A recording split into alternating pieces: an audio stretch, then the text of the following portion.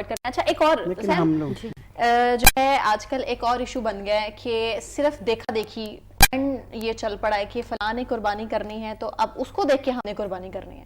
جی اس حوالے سے کیا کہیں؟ ایسا نا وہ تو اگر ہم اپنے معاشرے کو دیکھیں تو ہم ہر چیز میں ایک دوڑ میں لگے ہوئے ہیں. ایک جو ہے ایک مائنڈ کی مثبت تبدیلی کی ضرورت ہے, اور اس کو ہم ایک جس میں ہم ایک لائلگ جس طرح ایک ورڈ یوز ہوتا ہے کہ اس میں ہو جاتے ہیں, اس کا تو کوئی حل نہیں. لیکن میں نے دیکھا ہے کہ پھر جو ہمارا مذہب جو کہتا ہے اس میں ہمیں اپنی استطاعت کے مطابق اس کو کرنا چاہیے. اب آپ پچھلے دنوں 1 کروڑ کا دیکھ رہی تھی ٹیلی ویژن پر کہ جی وہ بیل فروخت ہو رہی ہے, اور اس کو اتنا وہ میڈیا کے اوپر بھی اتنا چل رہا تھا. تو میرا خیال ہے کہ بیسکلی یہی کرنا چاہیے کہ جو آپ کی اپنی استطاعت ہے اس کو مد نظر رکھیں اور اس حساب سے کریں.